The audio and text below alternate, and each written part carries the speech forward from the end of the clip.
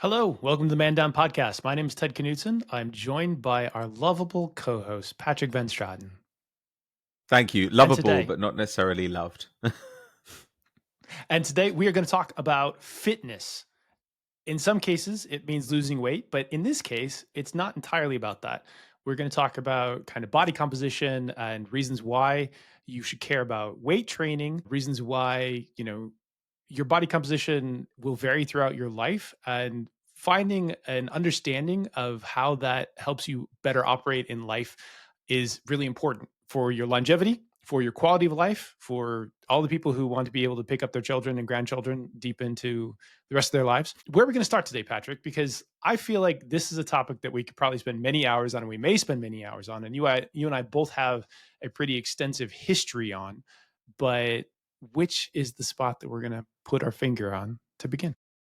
Well, I think that's quite a good place to start, right? Because whenever we're talking about fitness, a lot of people start to feel uncomfortable. You know, people who think that they're excluded from fitness, or people who think that they are looked at and people decide that they are not fit. And similarly, there are actually a load of people who think that they're very, very fit and tend to be in maybe one way. So there are a lot of guys, or very often men, and all they do is run or they bike to work or whatever. And they think because they do these things and because they are thin that they know a lot about fitness and they're doing everything possible to take care of their bodies. And even the fact that we still talk about losing weight as something that people are trying to do, it feels like there's so much stuff here that's just really undigested, because we're never really talking about losing weight, or nobody really wants to just lose weight. They want to lose fat, and a lot of people want to gain muscle. So I think that it's interesting to get into the conversation from that point of view, because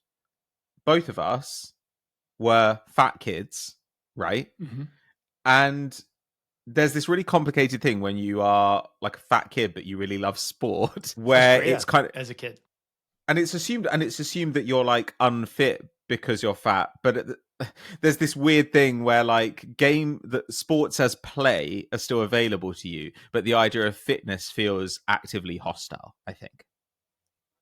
I think there's so many different spots you can touch on this, but I think that the most important part is you need to understand what your perspective is and what is your set of goals that you want to obtain. And for men, this will change throughout your life. If you're a teenage man into your kind of mid 20s, you might be quite competitive in different types of sport. And you might you're still pre muscle mass up to ages like 25, 26. Usually that's peak muscle mass in men. And so you're really happy to train and eat whatever you want to and have like a very robust fitness life. And then once you get past that point, your body will gradually start to deteriorate. It's almost impossible for it to not deteriorate at some level. You have to put in more energy in order to get the same level of results back out. And your goals start to change. And I've talked to so many 30+ year old men, like usually mid 30s onwards, and they're like, "Oh yeah, I'm doing this in the gym. I'm like going for my personal best. Like I've done this in my CrossFit thing. I've done that. I've done." I was like, "Okay, cool. Who are you competing with?" Like myself. Okay. What are your longer life goals when you're doing this type of stuff? And they're like, "Well, I just want to continue to set personal bests." And I'm like, "For the rest of your life, because like your your body is going to rebel against this, and you're so much more likely to get injured." And there are these conversations where like in different areas of your life you have different sets of goals you're trying to do. Up to a certain point, highly competitive, maximizing what your body outputs can be. After a certain point, very much about quality of life, longevity of performance, and making sure that you can pick up your grandchildren and continue to have all of the good things that come from having high muscle mass into the rest of your life. But most people don't have a point at which they flip, and they get into this injury cycle as they get older, and their body's more likely to get injured. So, and then like weight loss is a totally different thing, or fat loss is a totally different thing. And we could talk lots about that too. But yeah, starting from a fat kid perspective that was actually a pretty good athlete, and then having gone on to eventually getting fat, but also via doing mixed martial arts for 5 years as well, and getting really ripped and bulky, and then like leaning back out through all that period of time. I feel like I've got the whole history of of bullshit body Mm-hmm. and fitness issues that I have explored in both really good and slightly miserable ways. So how did you feel about your body like during those different periods? Because when you were young and you're a good athlete, I guess sometimes you don't really think about it back then, but you do feel the pleasure of your body being able to do things. But I'm assuming that at the time you also felt that your body was not like optimal or desirable in some way. There were still things that I hated. Man, I was doing like 6-minute miles back when I was like a 15-year-old. And I was like, oh, this is so slow. Cause I looked at the cross country runners and they were doing like, 6-minute mile. Yeah. They were doing like 5:30s, maybe even 5:20s, 5:15s. And nowadays I'm like 6-minute miles, like this is blistering fast for like how I do things. And so like you often won't recognize what your body's actually doing at the time, and then it's only from looking backwards and being like, wow, that was pretty great. I wish I had that now. Yeah, I think at every point, because I grew up a fat kid and because you grew up a kid, we probably had this body dysmorphia around like how actually beautiful we were or comparatively beautiful we were versus the reality in our minds. But I think, that's almost like an entirely different episode about it.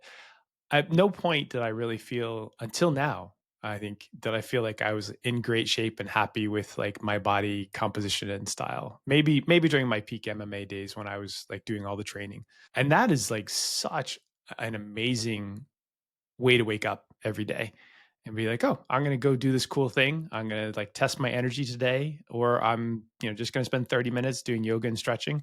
But becoming more in tune with your body is just this, it's another part of you that you can take appreciation of. And when you start to appreciate being able to do different things with your body, whether that's competing or whether it's simply just going for like a run or a swim or whatever, like it is like a little source of joy in your life. And having that joy now and maintaining that joy actually allows you to live a much longer fulfilling life because of the fact that like your body's the most crucial component that you got. Yeah, and that's the thing. Like, I think that we would agree that everybody who can exercise should go and exercise. And even if you've been, like skinny your whole life and kind of okay with the way you look, we know now that nearly a quarter of non-obese people meet the criteria for metabolic syndrome, right? So this makes you more susceptible to diabetes, to strokes, to cardiovascular disease. Also, we know that it's good to consume more protein and hold more muscle mass as you get older because it makes you more resistant to falls. It stabilizes your joints in lots of different ways. It reduces your blood glucose, which is obviously like a recipe for dying less soon. Makes So you less likely to have brain deterioration. makes you less It, likely to it have cancer, yeah, which is all these kind of things are tied astonishing. together. And we're bringing this like into this particular space in the podcast ecosystem because for you guys, like we've been talking about a lot of mental space, and the reality is your mental and your physical are pretty tightly tied together in a lot of ways. By feeling more sexy, by having more energy, by living a more positive lifestyle, also by using your fitness journeys to burn off additional emotional energy, like you will have a better quality of life. It's almost indubitably connected to those things. And so, wanting to talk about this today to give you sort of reasons why this really matters for you, and then also to give you a pathway to start to achieve some of these goals potentially, as we also have further episodes that we'll follow up on in the future. Yeah, I think why it matters to you is funny because when we talk about fitness and we say someone's very fit, there's an implied fit for what? Like, what are they fit to do?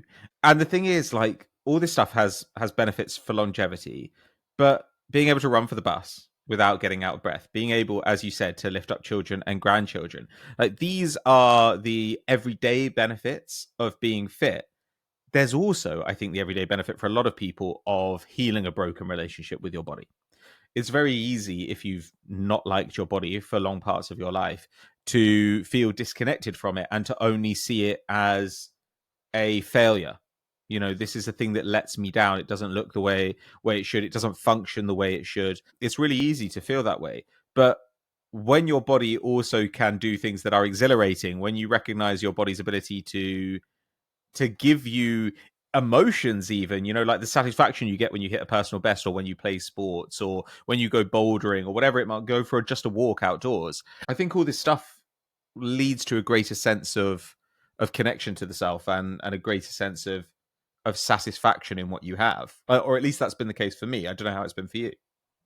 No, it's absolutely true. And I think the other bit was knowing that the better you look, the more likely you are to attract partners that are of a higher quality. And, for some people, that's the most basic element. Like they're literally driven by a deeper force Hmm. or a force lower down in their body in order to become more fit so that they can attract better partners. And that's not the be all end all. And you don't want to attract a partner that's just interested in the surface you, but it certainly has a big impact on the dating apps. And we've talked about how you are the product, and some people hate that idea, but you're playing a fucking game. And the game is, you're at the whim of the algorithms, or you're in real life and you want people to recognize that, hey, that person has the discipline to spend time making themselves look more attractive to the opposite sex. Presumably, they also have discipline in other areas of their life, which makes you a more attractive broad partner than simply what you look like. And that's valuable information for them to know. Hmm.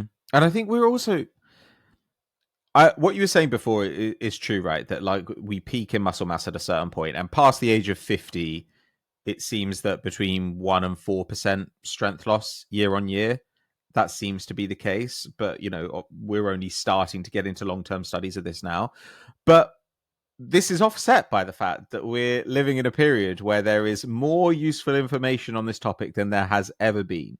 As late as the 60s, if you go and watch episodes of Mad Men, there are episodes where they're promoting like real fitness devices from the 60s, and it's like little rollers that are supposedly meant to just kind of scrub fat off your body, or sticks which allow you to lunge very deeply. And now the resources are astonishing on diet, on exercise. Do you have any mistakes that you think people make when they start thinking about fitness? Because I have a lot, and I've been really in shape and really out of shape, and I've been really in shape. I've been really fit and fat, and I've been thinner and not quite as fit as well. It's an area where there's a lot of junk information, despite the fact there's a lot of wisdom out there too.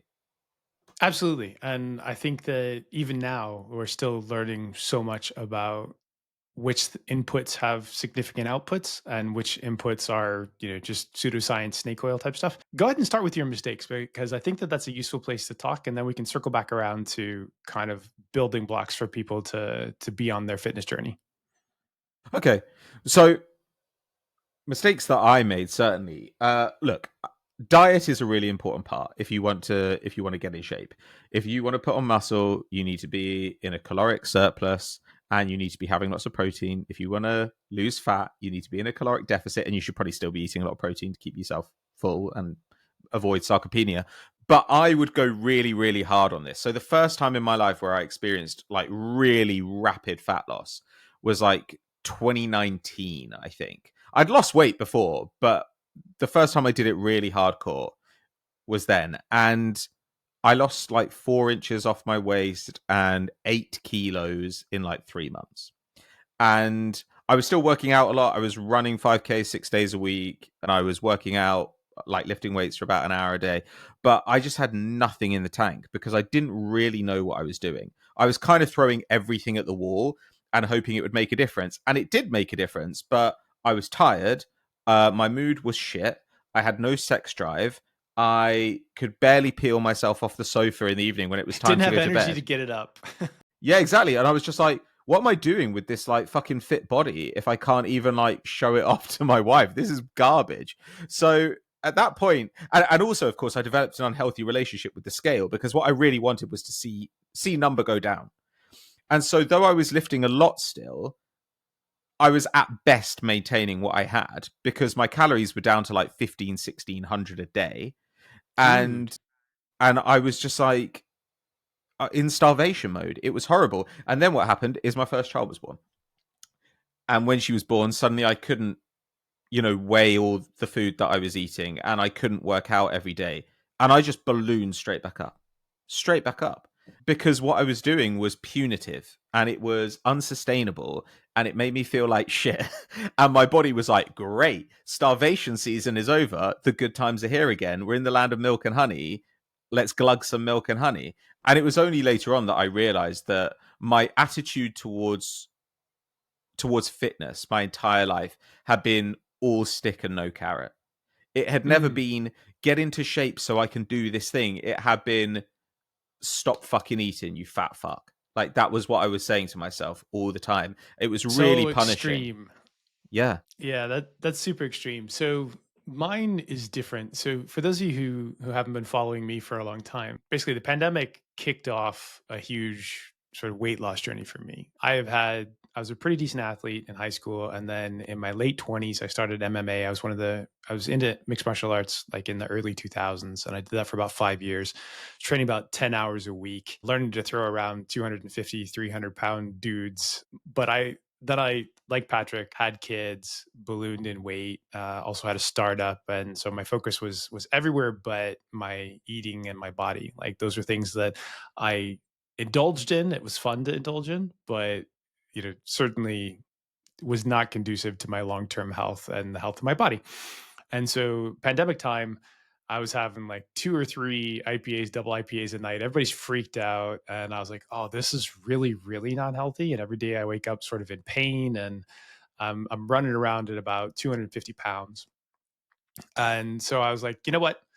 One of the ways that I can make it so that I don't want to drink as much is I will start to exercise at least 3 times a week. And I know that on the nights before I exercise, I will at least, taper off some of that and start to do it. And so I'm just going to do it. And it was also a useful thing to get outdoors because, we were sort of trapped in different lockdowns in the UK and different places in the United States.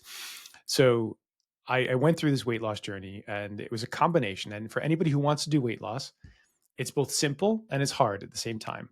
But what you have to do is you have to create a relatively gentle caloric deficit. And you can do that in two ways. You can do that via your diet, and you can do that via exercise. And those ways, when combined, can create something that's a pretty sustainable process. If you only do one or the other, it is very, very challenging. You can't out eat a bad diet, or you can't outwork a bad diet, right? So you can't out exercise Hmm. a bad diet. And then the Yeah. other side of it is, if you're just constantly eating too little, then at some point your body will respond by saying, hey, we need more. And then when you eat more, you'll go to whatever your sort of equilibrium weight happens to be. So it's relatively simple to do it, but you have to create sustainable habits. And sustainable habits is one of those keys that unlock your life. When you learn how to pilot yourself in a way that lets you make changes that are positive to yourself, like that is a huge thing. So we're not going to talk about the whole weight loss journey, but it is relatively simple. For me, I lost 60 pounds, and I did it via a very gradual increase in cardio and a gradual increase in weight training, and then some significant shifts in how I treated a diet. And that has then been sustainable. I got down to about even like 186 in pounds or something like that, which is too Sure. light for me. Like I'm Hmm. 6'2". Like that's I wasn't super strong in that I didn't have enough muscle. And nowadays I float around like 200, 205, depending on like what the season is and how much cardio I've been doing and like how much I've been trying to bulk up on the weightlifting. Now I will tell you this very clearly so that you do not feel out of place. When I started running, I fucking hated running. And I hated running for years. I hated it for years. I love playing sport, but I hated running. And nowadays, I love running. And you may never get to the point that you love running. And I get that. Like you might love swimming, you might love rowing, you might love like any sort of moderately sustained cardio, or you might never, but it's a decent component of part of an exercise journey. In the same way that, like, I hate weightlifting right now because it takes my energy and my thought, my active thought to go do it, but I love the results. And the women that I've dated also love the results. Like they like to feel that you've got some lovely muscle on them and that you're strong and that like you've got lean sculpted whatever it is that you happen to have that's nice on your body. And those two things, being skinny tastes better than whatever it is that you're, what is fuck, what's the phrase? Skinny feels It's better than whatever you can eat.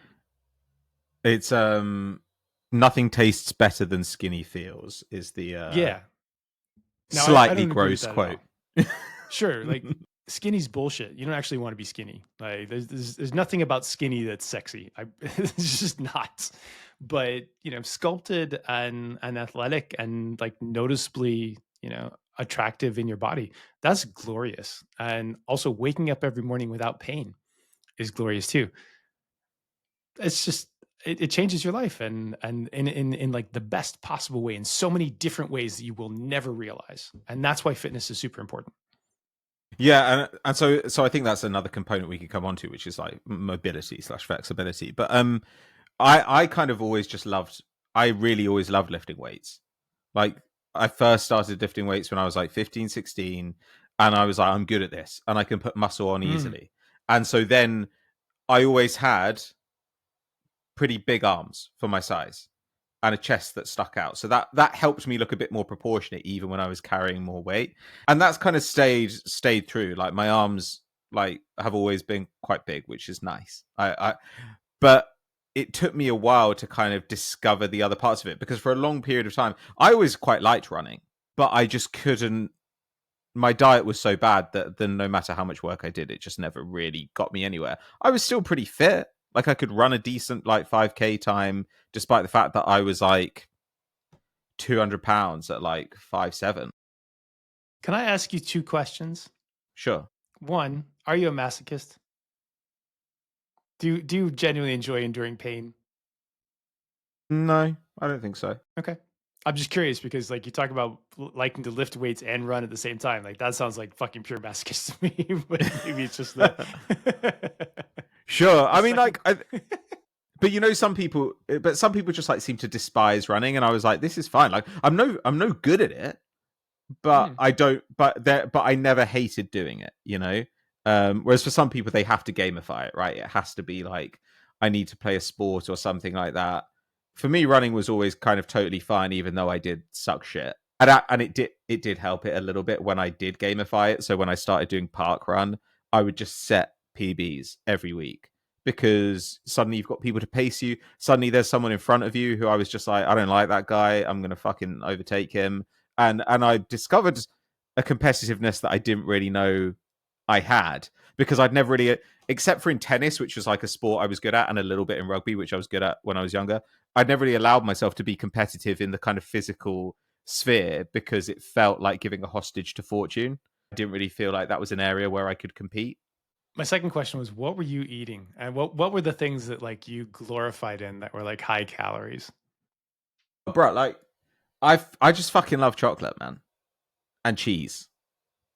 Okay, Um, cheese is the cheese is the killer. It's yeah, just destructive. these are calorically dense. I mean, cheese is a little bit better because at least it's filling, which chocolate super is not. But this kind of stuff, but also just I think that I was miserable. And one of the ways that a reliable way to give me some good feeling was to snack. And later on, I replaced that with buying clothes, which actually is a lot more sustainable. And Depends on I what you love buy, I guess. I love buying clothes, sure, but I love buying clothes. But so during that period, I think that I had relatively few sources of joy in my life. I was in quite a low period, and while food was exacerbating the problem, it felt at the time like it was a short term fix, but it presented a longer term issue. I spent a lot of evenings on the couch eating half a pint of ice cream, and like love ice cream, and Hmm. part of that and part of like just some very filling meals, like dinner time meals. Like love big filling meals. It's fine. Lots of pizza, not so many burgers, but like also some burgers. But the other thing, so like gentlemen, if you're looking to change your diet, like there are lots of ways to do it. Like pay attention to portion control, pay attention to snacking. But one of the crucial components for me was breakfast, because Hmm. breakfast in most of the Western world is dessert. Like if you look at the composition of that, like breakfast cereal in almost every single instance is like high sugar, high carbs. You pour some fat on it, you stuff it in your mouth. And it doesn't necessarily like have like sustainability either. It's delicious. And when I looked at that, I was like, oh my God, all right, that's the first place to start. And can I find a way that gives me some sustainable nutrition? I can't go full fasted. I have done like periods of fasting, but like Mm. some of the stuff that people do feels like generic and hacky as opposed to finding the root cause. You're like finding a workaround as opposed to like paying real attention to the causes. So with Yes. breakfast, I shifted to some level of fruit, and for me, it's almost every day an apple, and then a bunch of nuts. And the nuts is like a big handful of almonds for the most part. I get some salt out of that Hmm. as well. Some And fiber then too. Yeah, exactly. And almonds are really good for you. And finding the things that are good for you versus bad for you or okay for you is like another crucial component. It doesn't take that much work to and research to figure this out, but like you have to pay attention. And most people don't. Most people just grab, put things in their mouth. Some people I know like manage to lose weight simply by not putting free food in their mouth because they were around free food Hmm. all the time. Sure. And you're like, oh, okay. If I don't pay attention to those calories whatsoever, and if I'm only intentional about what I put in my mouth, then I might come to better outcomes. Drinking as well. Not just drinking Oh, alcohol, liquid but like calories. drinking calorie. Like, I mean, it's so easily done. And like, fortunately, I've never really been a big drinker, but these days I barely drink. Like, not really intentionally. I just don't care that much. Now, But I will that tell is you, I lost an almost easy way all the to put weight it. while continuing to drink. I continued to drink alcohol because it was so stressful. And nowadays I cut way back because of alcohol's bad and like my body is lean enough that I'm much less capable of accepting that. But you can do this stuff even while continuing to have like a couple of beers at night. You have to do all the other stuff, but like it doesn't mean that we're asking you to be monks or that you need to be a monk. Like you just have to be quite thoughtful and intentional about what you put in your mouth. And you could still have cheese and chocolate. Like during periods where I've had a lot of weight loss, I was still eating cheese and chocolate. I was just like trying to eat a bit more protein, and I was still in a caloric deficit, and that was it. Like, it's as simple as that. And I think when you're talking about, when you talk about skipping breakfast, and this is a thing that I think about a lot, and I think that this is a really important thing for people to recognize, which is there is not going to be one weird trick that does this for you. It's not going to be taking creatine. It's not going to be doing fasted cardio. It's not going to be making sure that the exercises in your workout regimen are in the right order. Though, that does have results, but it's not going to like change the way you look radically. It's not going to be any of these things. It's going to be consistent commitment to changing your lifestyle. If you lift weights consistently with progressive overload, going close to failure, working really hard over a long period of time, you will just build muscle. If you're in a caloric deficit, even if it's a small deficit for a long enough, then you will lose fat. And you just have to commit to it and understand that it's going to be a permanent change, and that going for a run today is not really the issue. The question is going to be whether you go for runs consistently. Can you do it the day after tomorrow? Can you do it the day after that? That's what you have to face. And I do get why that's a bit of an impediment for some people to getting started, because you're correctly noticing that this is not just something, this is not like a half hour you spend today running 5K. It's going to be something you do most days for as long as you can. It's a lifestyle and you need to treat it as such, but it's a habit that will give you a better life and a better quality of life for as long as you're able to continue it. And some people are able to get to the point that they understand that, oh, being a little hungry is not that big a deal. And learning to be a little hungry is like a pretty useful state to put yourself in. Doesn't mean that like, you should always be that way. And you just talked about how you were basically killing yourself by taking too little calories by going to extremes. What you want to do is build sustainable habits. So that's a little bit on the caloric side and the diet side.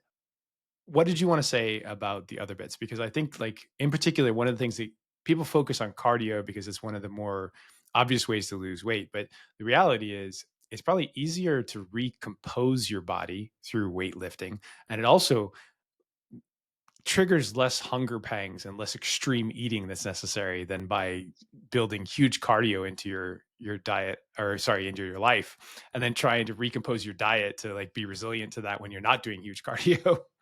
Mm-hmm.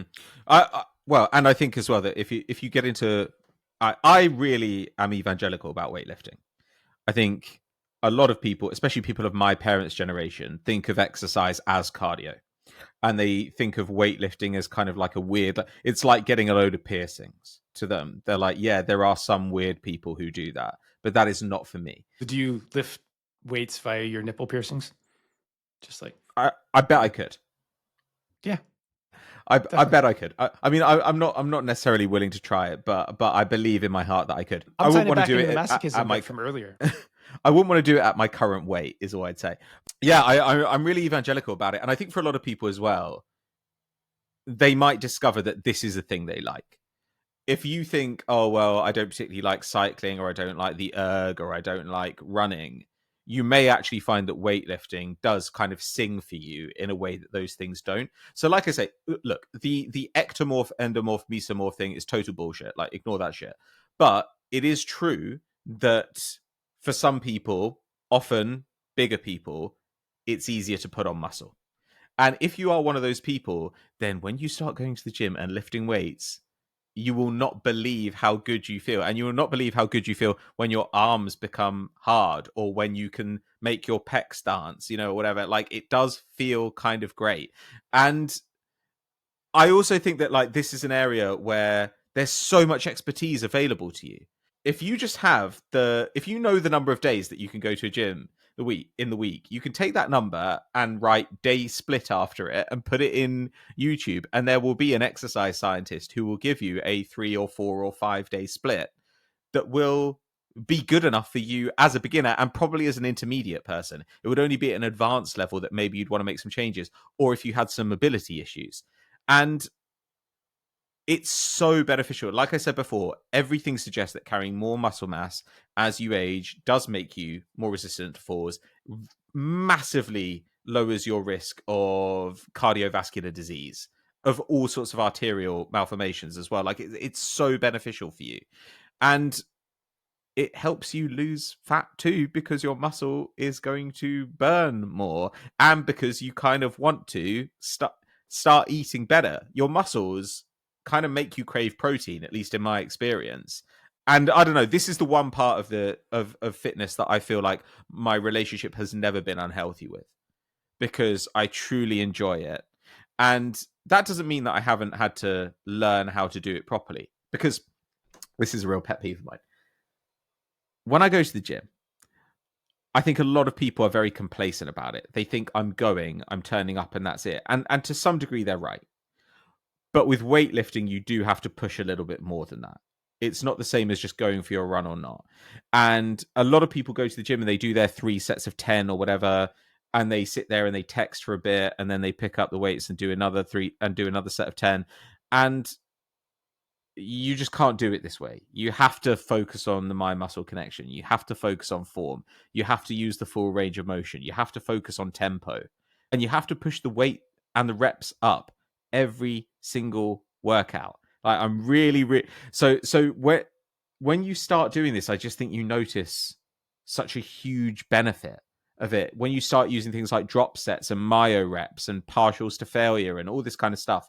Like, I get really excited about this stuff because I find it Such satisfying. a nerd. Man, Nerd. maybe I am a masochist, because I love delayed onset muscle soreness. I love it. Right now, my legs are dying because yesterday at the gym, this is quite early muscle soreness for me as well, the day after, so tomorrow's going to kill me. But yesterday at the gym, I was doing Bulgarian split squats. I was doing deep barbell squats. I was doing deadlifts. Like, I was just having a fucking great time, like limping around the gym, doing my legs. And I don't know. I really do get pleasure in that. So maybe I am a masochist, but yeah, that when you say a nerd, like, you kind of have to be about this, right? You have to start tracking your progress and making No. sure that you're going a little So bit harder this time. here's the thing. I 100% disagree with you on this one. Like, you do Okay. not have to do this stuff. You can do it at a very casual level and see massive results even from that way. If you're a beginner in So weightlifting, I think that's true. even a moderate person, even if you're like, so in many cases you'll get to a spot and you'll just want to maintain, like, the things that you're talking about, getting Sure. bigger each time, do more, do more, do more. Like, that's like the fucking like mind worm that gets into people's brains. hmm But like, choose what body style that you're looking for. Like, and this I found like really invigorating for me. So as an older man, I was coming from being pretty fat, and I wanted to look around and say, okay, what older men similar age towards me, similar body build as me, can I start to model my body after? And then what do I have to do in hmm order to do that? Right now, it's not always the healthiest way, because these guys have dietitians, these guys have, trainers, they have this, they have that, right?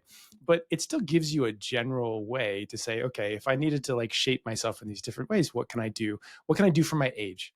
is another good question. Like as you get older, like it's just harder to be super fit. And some people are like way out there on the perfection scale. But like most of the time you find somebody like, okay, I look a bit like that person. Can I get to that space? Now it turns out that Ryan Reynolds and I were born within about 3 weeks of each other, I think. And we are the exact same height. And and I was like, I don't think I can get to Ryan Reynolds, level of attractiveness, but at least like, in terms of body style and shape, like we kind of look fairly similar. And so I was like, I know that I don't want to be thick in any way because being thick for me in my later life is just much more weight to carry around. And you're a little bit, as a taller person, if you're thicker, like you're more likely to potentially have some back issues or maybe some Hmm. knee issues. I have had a knee issue in the past. So like I want to go for more of like the model lean or like the wide receiver level of shape, not the, giant 6'2" man that's carrying around sort Hmm. of 250, 260. Like that would be a lot of bulk for me.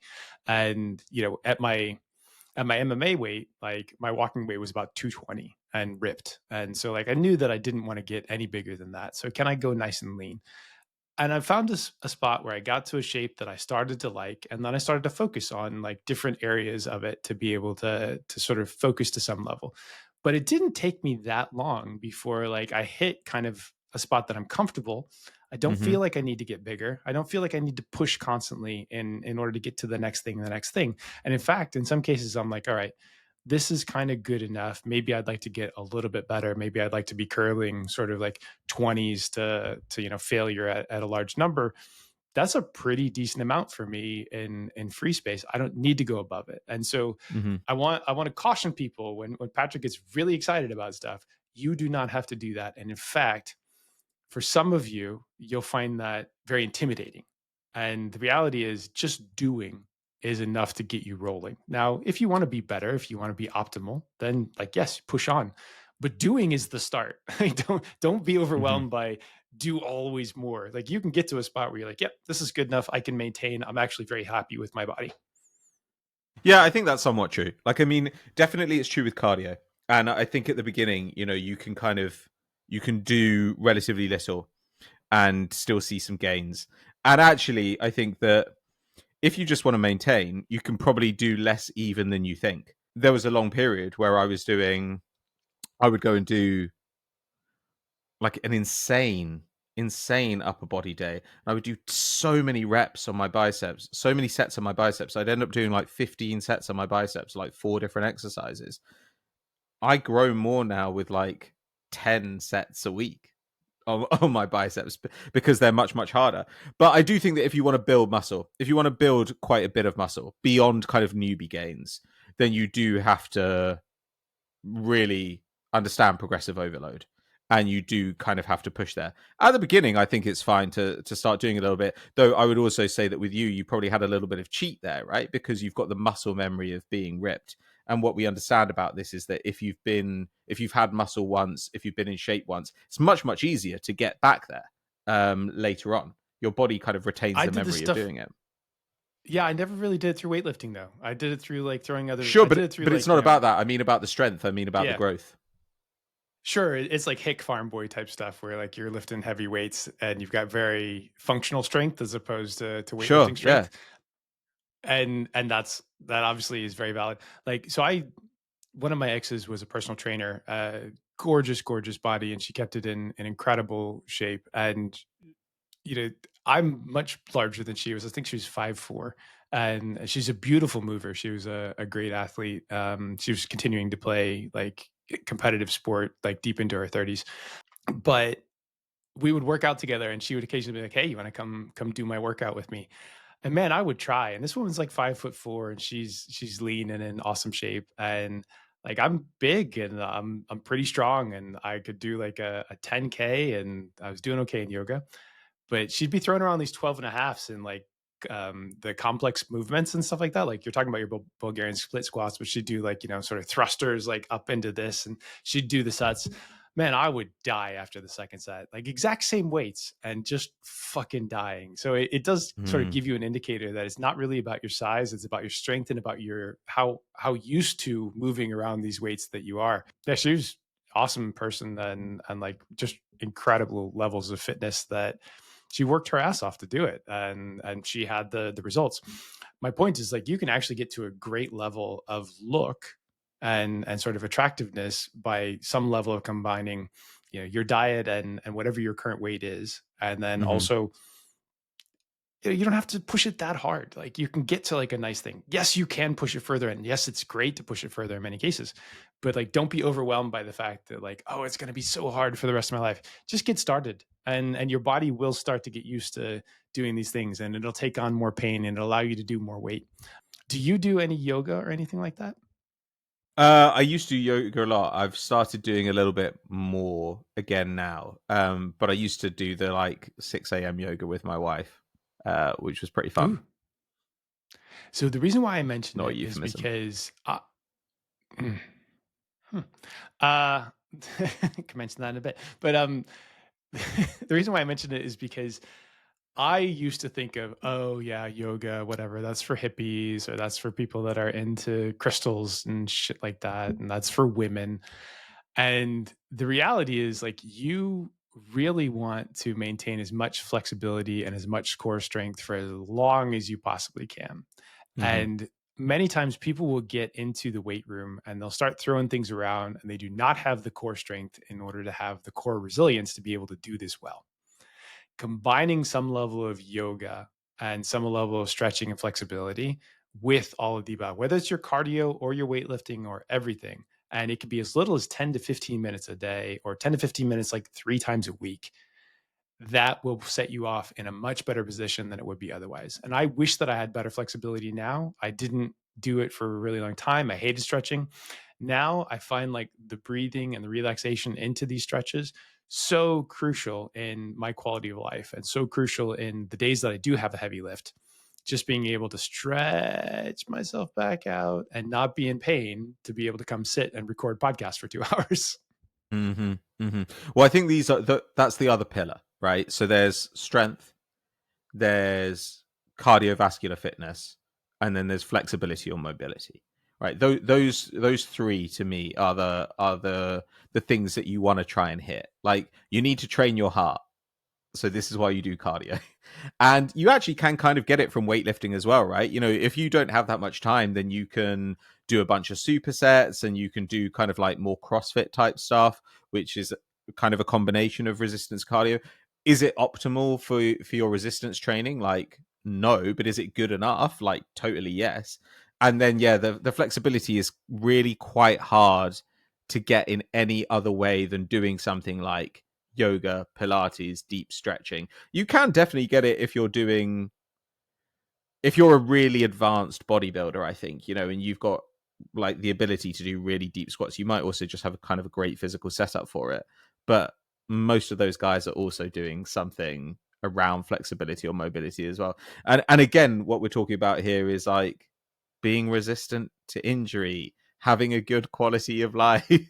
it's Yep. like that's the focus of fitness. Like, yes, we're talking about attractiveness, and often when we get into exercise we start talking about attractiveness as if being fit and being attractive, like as if that's the primary goal of being fit. And it is a goal, and for most of us when we start out it is the first goal, but in the long run it's not actually the one that's most important here. It's your ability not to die and your ability to do things you like. And yeah, that might be to attract a mate, but it also might just be to, as you say, go through your life without your back feeling like it's exploding, be able to pick things up from the floor without, pulling a calf. I have multiple friends who are near my age that have regular back issues and completely suffer, and it's completely derailed their life for multiple years. And chronic back pain is one of the most debilitating pains you can have because like it'll just like you'll just stop you in your tracks, take your breath away, be like, I might die. It's a thing that I've seen way too often. Doing whatever you can to avoid that, which is a preventative thing and not a proactive thing, is super important. It also helps you in having a better sex life. And I'm not talking about just in the quality of partners that you hook up with. So I recently spent a weekend with somebody that I had met, and it was a very nice weekend. At the end of that weekend, I was fucking shattered. And I was like, Jesus Christ. Like, I woke up the next morning or on a Monday and I was like, this is miserable. Like, I didn't I didn't barely drank anything. Like, why am I so tired? I did like moderate cardio as I would. I had like one lifting day out of 3. I'm like, oh, I forgot that sexy yoga burns a lot of muscle. Like you are in positions that you are not necessarily in for sustained periods of time. If you're like moving somebody's body around or holding particular positions or whatever. And if you have a robust sex life where like you have sessions that, might Hmm. take some particular amount of time. We're not talking about minutes, we're talking about tens of minutes or potentially, sting style, hours of tantra. Um, like you'll just be like, oh, I need to be a little more gentle with myself because I've actually had a lot of sex over the last few days. And my body's like, dude, you're fucking tired. Like it's okay that you're tired.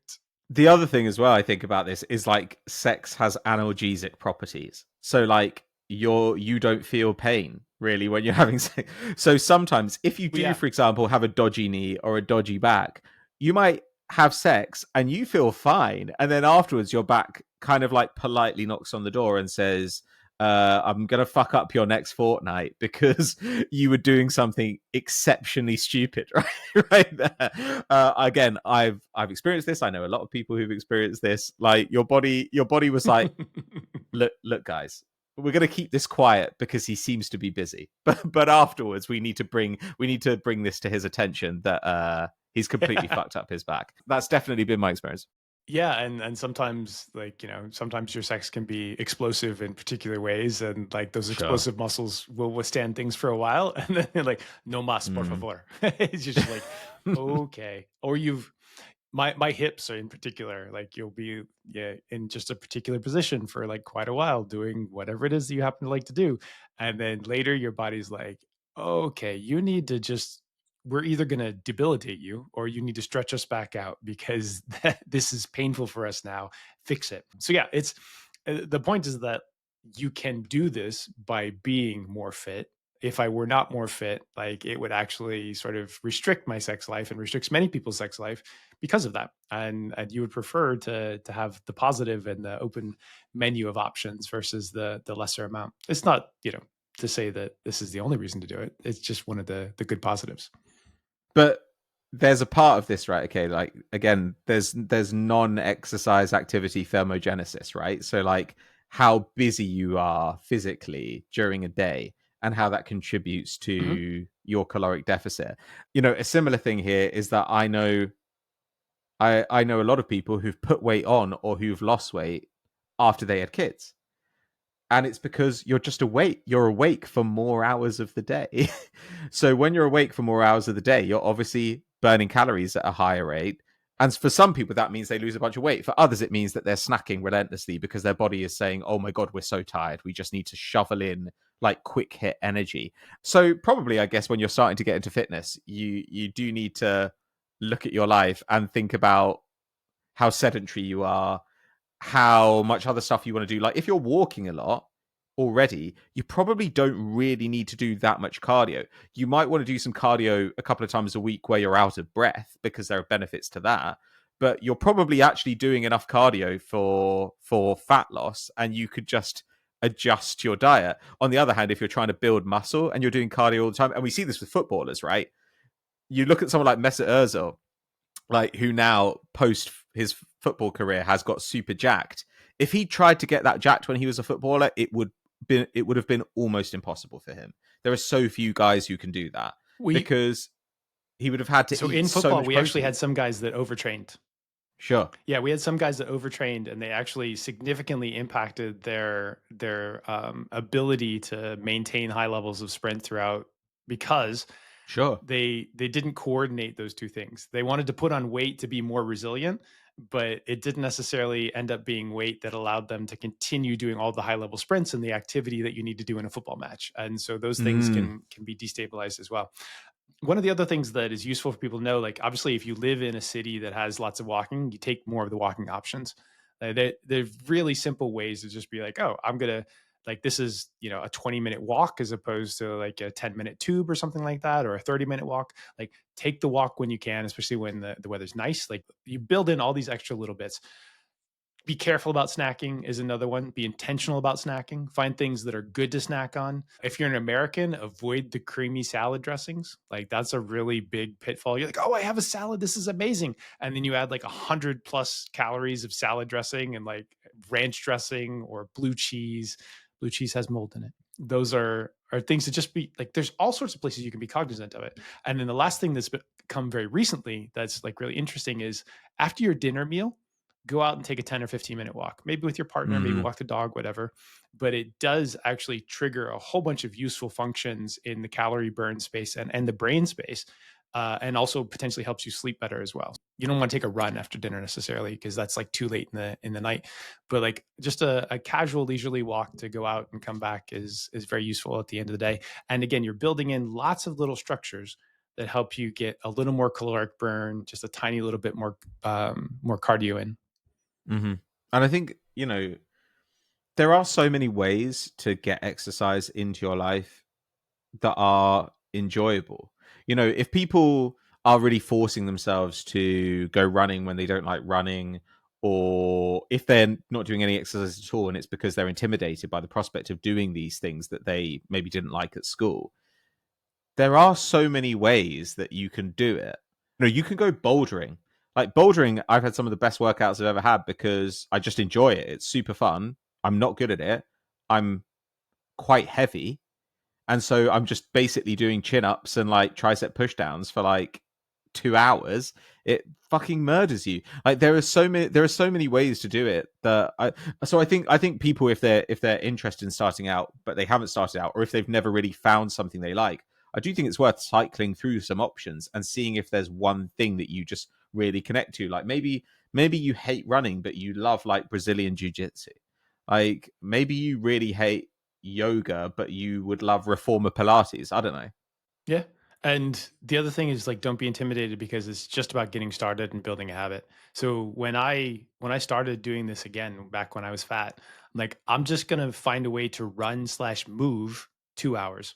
And I talk about the personal best stuff. I talk about like how that's often a trap for getting into a cycle of injury by pushing yourself. The mentality that I had when I got back to exercise was binary. Did I do it and did I not do it? And if I did it, I got full credit because sometimes you haven't had enough sleep and you're going to be a lower performance than you would be otherwise. Sometimes, like your diet's a little bit of a mess. Sometimes you had to go out drinking with your friends last night because that was a really crucial component of your mental well being. But now you still got to get up and do the exercise the next day. You still got to keep the cycles going and build the habits. If you find a way to give yourself credit for being present and doing the thing, then you can allow yourself to perform at differing levels by knowing that your body isn't always going to be at the optimum because you're not a fucking athlete. You're a human Mm-hmm. being that's just trying to be more fit. And so that's what I did. And so in the early days, it was move 2 miles. And now I can run six and very comfortably. But it took me a few years to get up to that. In the early days, it's like go do 3 sets of 10 at whatever weight is not going to kill you. Right. Mm-hmm. And do it across, I only have 6 exercises that I do in the weight room. Plus I do rowing because like as an older man, like these are the muscle groups that I need to work on. Like if I wanted to focus on particular areas, I could then expand on that because there's endless amounts of expertise on the internet to be able to do that. But don't feel overwhelmed by any of this. Just get started and start building the habits into your week. Yeah.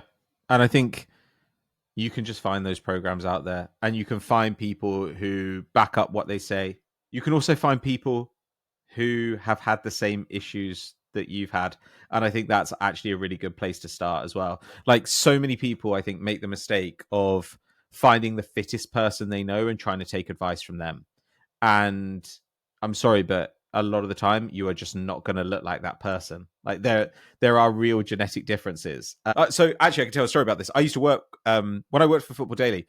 There was a guy we worked with called Sam, and Sam was in really, really good shape and still is in really, really good shape. At the time, though, he's a pretty tall guy. He was like 24, I think, at the time. He's Nigerian, so he is better than you. And he was just in really good shape. He carried like a decent amount of muscle, but he was like ripped too. And a bunch of the guys at work sort of decided they would like to get ripped. And so they said to Sam, "Can we go to the gym with you?" And Sam was like, "Sure." And he said, "Well, this is the regimen I follow."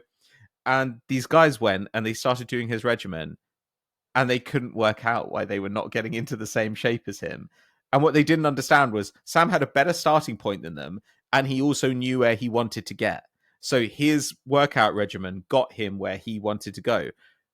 It did not get them Perfect. from where they started to where they wanted to go because they had a completely different need. And I think that that's a part of it. So, like, if whether it's a personal trainer or not, or whether it's just somebody online, there are so many people who've had experience of getting into exercise postpartum, of dealing with lower back injuries or knee injuries, of being fat and trying to get into exercise. Like, there are many people out here who can give you advice on all that stuff. And I truly think it is the best time ever to get interested in fitness because there are so many options and there's so much expertise.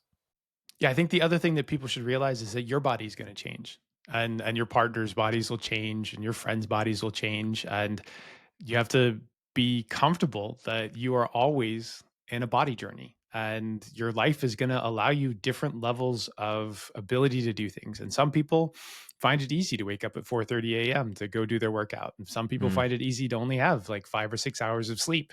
And I'm like an 8-hour person. Like, I can get up at 6. I have a really hard time staying up till 2. Like, that's a very difficult thing for me to do nowadays. Previously in my life, it was like totally different. And I could sleep 2 to 10 a.m. Like, I could have a really hard workout that started at 7 and finished at 9:30, and then go to bed at 2, and I felt like I was okay. So, don't be frustrated about anything. Like, build the processes, know that it's going to take time. And if you, as you were talking about with Sam and the Football Daily guys, if you have it in your mind that this is my goal, but my goal is going to take time, and I'm okay with taking time to get there. Like, I don't have to mm. be in a huge rush in order to accomplish this. I need to do it step by step. I need to get comfortable with the process to get there. I hopefully need to have like a path to be able to do it. And then the best thing in the whole fucking world, though, is to just see those little bits of results, and maybe to Sure. have other people see those results too. That feels magic. You're like, dude, check it out. I got like little baby abs. Like, I may never have a six pack because I'm the type of person that has always carried their weight around their middle. Like, when I was a fat kid, that was always the thing. But I can see that I got some abs, and I know how much work has gone into that, and I know how much work has gone into everything. And that, I think, is the other like one more crucial component that makes it easy to compliment people. You're like, when you see somebody that looks awesome, like, compliment them about the work they've done to look awesome. Like that. Mm. Some people are like Sam. Some people have these amazing genetics and model quality bodies despite they do nothing in their lives. And fuck those people. But everybody else really has to take a lot of time and energy and attention, and limit their intake in order to look like that. And cherish those people, champion those people, give them compliments because they deserve it, because you know now what's gone into that, and you respect that. And that's hot. Well, and try and give it to yourself as well. Like maybe your body isn't where you want it to be, but it is nice to get to the end of a workout and think, "Yeah, I turned up and I did it." I find those little PBs I hit, they do help me with that. I feel a sense of achievement even in a body that doesn't always make me happy. And I don't know, that started to improve my relationship with it. Now I'm in my mid 30s, whereas in my mid to late 20s, it was a torturous process. Really navigating the world in a body that I despised. You can also, as you get older, you can reset your PBs at the start of each year, knowing that, like, you're in a Sure. deteriorating performance state. And so you're like, hey, let's find out what the body can do now, as opposed to, you can blend it, you can do average. We do all sorts of shit in the data science space to to create new Sure. baselines as performance increases or decreases. So yeah, it's a little bit like being football players. Anything else you wanted to say about fitness before we let the nice people go? I don't think so. I think that we're gonna, return to a lot of different topics around like your appearance. We want to talk about skincare. We want to talk about fashion, certainly not fashion, but clothing, I guess. But like with fitness, just Cooking and diet. yeah, I think that's an interesting one. But let us know if there's anything that you'd like us to focus on in here. And again, there is interesting information to be had anywhere. And I kind of find with the gym now that even if I get unsolicited advice, so I did get unsolicited advice from an idiot the other day, it's kind of all worth listening to. I think that anytime you see anybody sort of looking at you, you should just respect they're paying attention to you for one reason or another. Mm. Hopefully, you're not actually injuring anybody, but otherwise, like, yeah, it's good. And you know, there are subtle compliments built into the world and how people interact with you. But no, as Patrick's saying, like, you know, respect the fact that like past you has actually gone through all of the effort to make future you look better. And that person deserves credit. And then now you're in present you and you want future you to be a little sexier or to have a little more better lifestyle, better body, more flexibility, more core strength, able to have sex for longer. Like these are all really useful goals and appreciate all the work that's gone in before. And you would like future you to be able to appreciate past you and present you as well. Yeah, I think you've wrapped it up nicely there, and I'm looking forward to returning to this in future weeks. You know, it's nice when we can have these episodes that lay some groundwork so that we can branch off into some weirder directions. I think. I want to see the photos of you showing like the guns, you know, topless. Like show us like you know past Patrick guns and like you know that's a good episode for me. Sure. All right, we'll make it happen. That can be like a Patreon tier. All right. Thank you, everybody, for listening. Like, subscribe, tell your friends, 5-star reviews, comment on stuff that you would like to hear because that really helps us and the algorithms. If you come across us on social media, please follow us there and push those onward because we're just getting man down out into the social media ecosystems. Otherwise, have a great day. Thank you for listening. Patrick, say goodbye to nice people. Bye bye. See you next time.